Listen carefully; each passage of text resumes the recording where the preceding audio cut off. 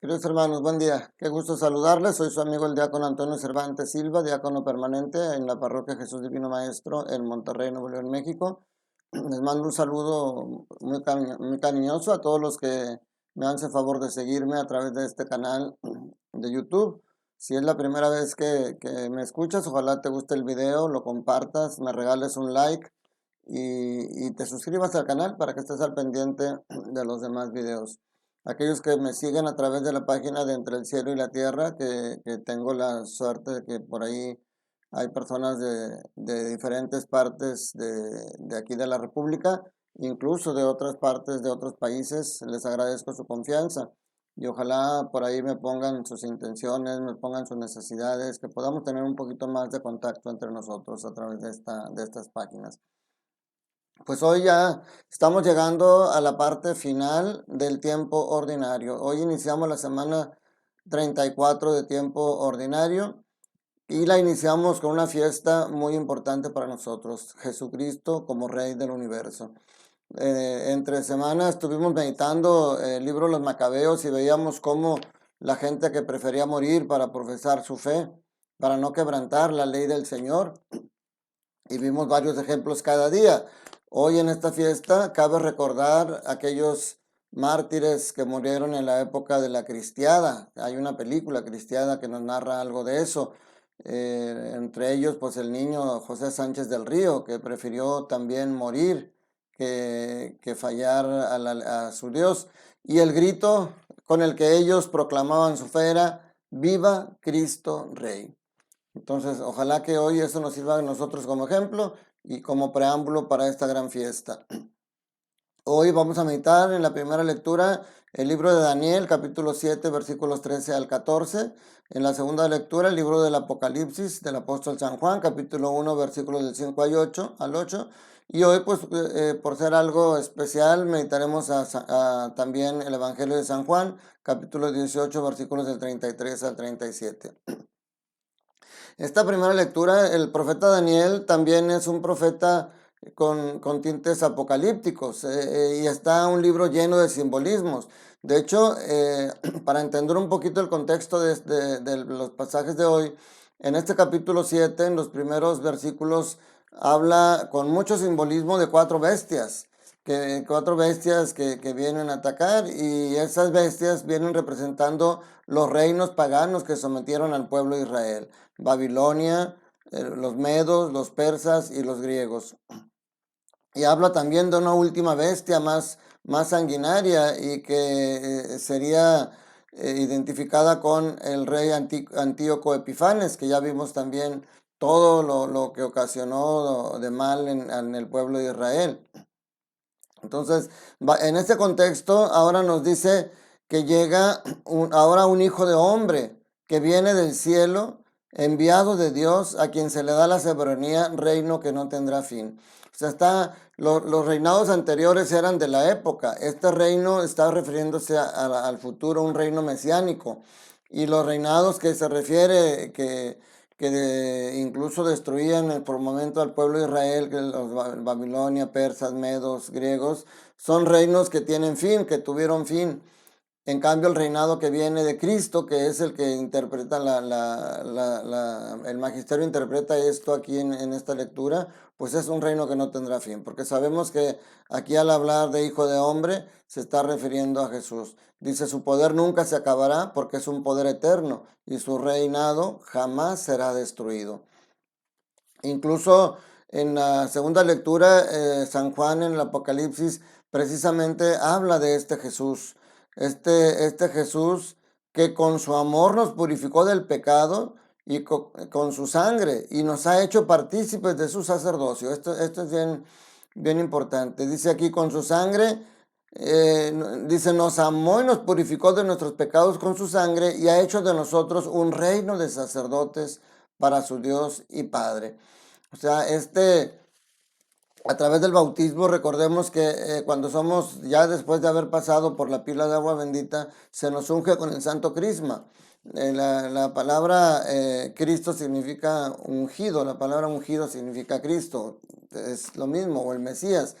Entonces nosotros al ser ungidos en la cabeza con el santo crisma, quedamos configurados con Cristo como sacerdote, profeta y rey. Por eso habla aquí San Juan, que a través de que nos ha hecho partícipes de su sacerdocio. Incluso dice, Él viene entre las nubes y todos lo verán, aún aquellos que lo traspasaron. O sea, al final de los tiempos que nos presentemos con Él, vamos a ir, o van a ir los que estén vivos en ese momento, los que ya hayamos muerto, incluyendo los de su época y mucho anterior de su época. Todos tendremos que partir hacia su presencia. Y al final termina, yo soy el alfa y la omega, dice el Señor Dios, el que es, el que era y el que ha de venir, el Todopoderoso. Es una alabanza que el mismo Dios se presenta como el principio y el fin.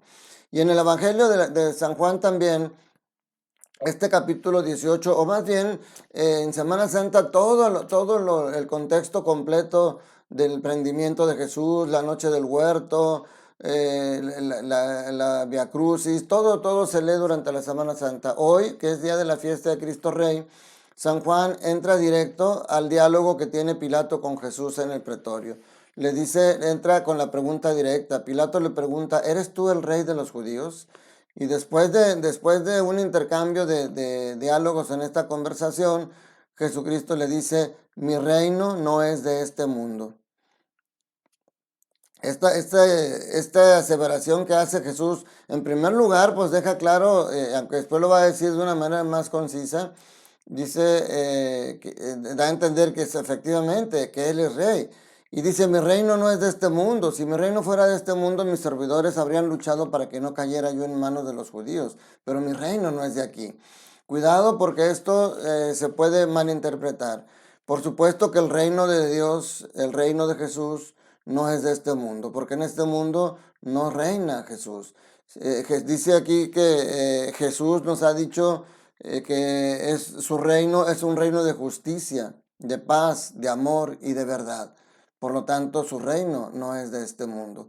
Porque si su reino es un reino de justicia, en este mundo vemos tanta injusticia que hay, la riqueza mal administrada, cuántos culpables no andan sueltos mientras muchos inocentes terminan pagando culpas que no cometieron. Por supuesto que no, el reino de Jesús no es el reino de este mundo.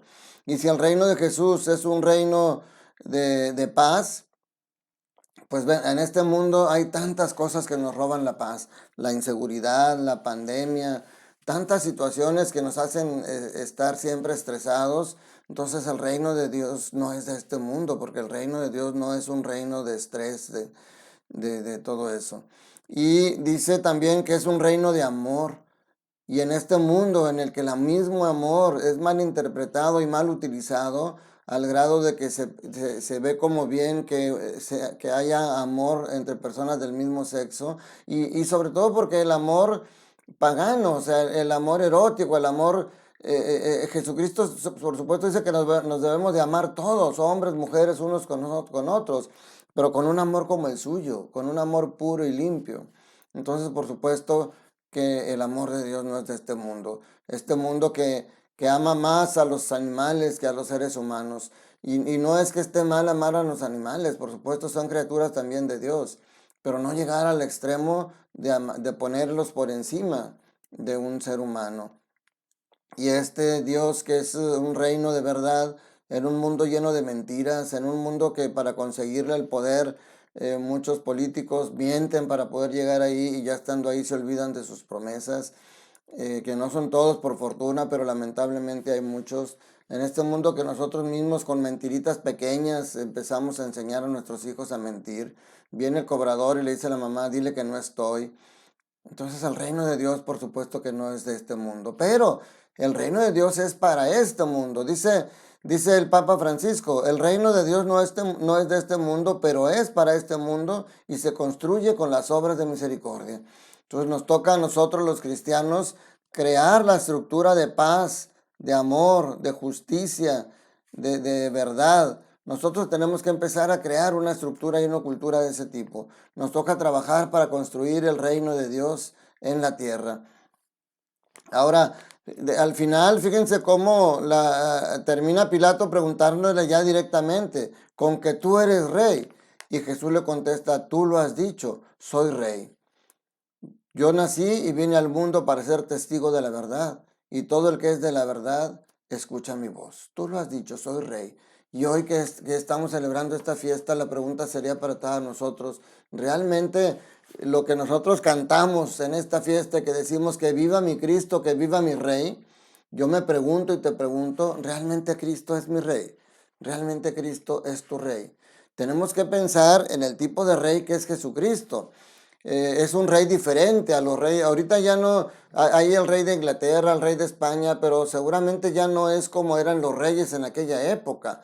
Jesús, a diferencia de los reyes de aquella época y muchos reyes de hoy, pues nacen en cuna de seda, nacen en palacio y viven en una riqueza inmensa. En cambio, Jesucristo nace en un pesebre. Jesucristo es un rey pobre en dinero, en cosas materiales, pero es un rey rico en misericordia y en amor.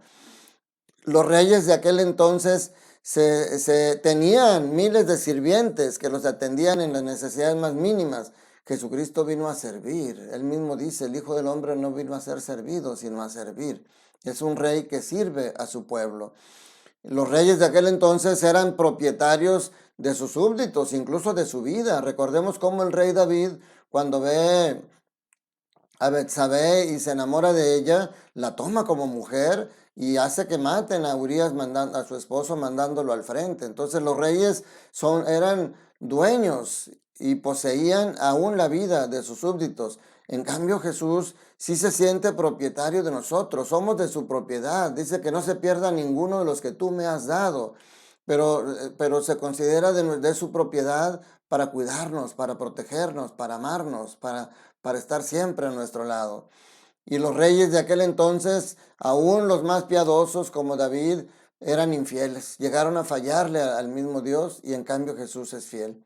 Te podrá fallar cualquier hombre, cualquier sacerdote, el mismo Papa puede equivocarse y fallarnos en cuestiones, no en cuestiones de fe, pero sí en cuestiones humanas.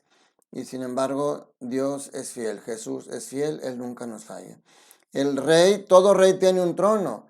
El trono de Jesús es la cruz. Todo rey tiene un cetro. El cetro de Jesús es la verdad. Todo rey tiene una ley. La ley de Jesús es el amor. Todo rey lleva vestiduras dignas. La vestidura de Jesús es la humildad y la pureza. Todo rey tiene una corona. La corona de Jesús son las espinas de nuestros pecados. ¿Realmente Cristo es el rey de tu vida? Demuéstralo con tus obras. Vive con las obras de amor. Ama a tu familia. Perdona cuando tienes que ser perdonado. Eh, hemos meditado ya tanto esto que a veces parece repetitivo, pero por eso los evangelios a veces nos presentan las mismas lecturas en corto tiempo, porque necesitamos recordar que tenemos un rey de amor, un rey de misericordia, un rey de paz, un rey de justicia. Y como decíamos la semana pasada también, ese reino de Dios, ese reino de los cielos que está lleno de todo eso allá, allá en el cielo hay paz, justicia, amor, comprensión, tolerancia. Nos toca construir ese reino en la tierra. Nos toca vivir a nosotros aquí para que cuando ya pasemos al otro mundo, entonces lo pasemos a vivir a la plenitud. Todo lo que nosotros vivamos aquí, lo vamos a vivir a plenitud en el otro mundo. Porque si aquí vivimos en el pecado, vamos a vivir a plenitud eso en el infierno. Pero si aquí vivimos bajo los criterios del Señor y del amor, entonces vamos a vivir todo eso en el reino de los cielos como verdaderos hermanos. Ojalá que esto nos motive a recibir a Jesucristo como nuestro Rey y que nosotros nos veamos como súbditos, como hermanos en Cristo, que formemos una gran familia, que sea la familia que vayamos a vivir también en el cielo. Que la bendición de Dios Todopoderoso, Padre, Hijo y Espíritu Santo, descienda sobre ustedes y sus familias y permanezca para siempre. Te mando un fuerte abrazo y recuerda, tienes un rey que te ama, un rey que quiere que seas feliz y que tú también seas parte de la felicidad de los demás. Te mando un fuerte abrazo, que tengas un día lleno del amor de Dios.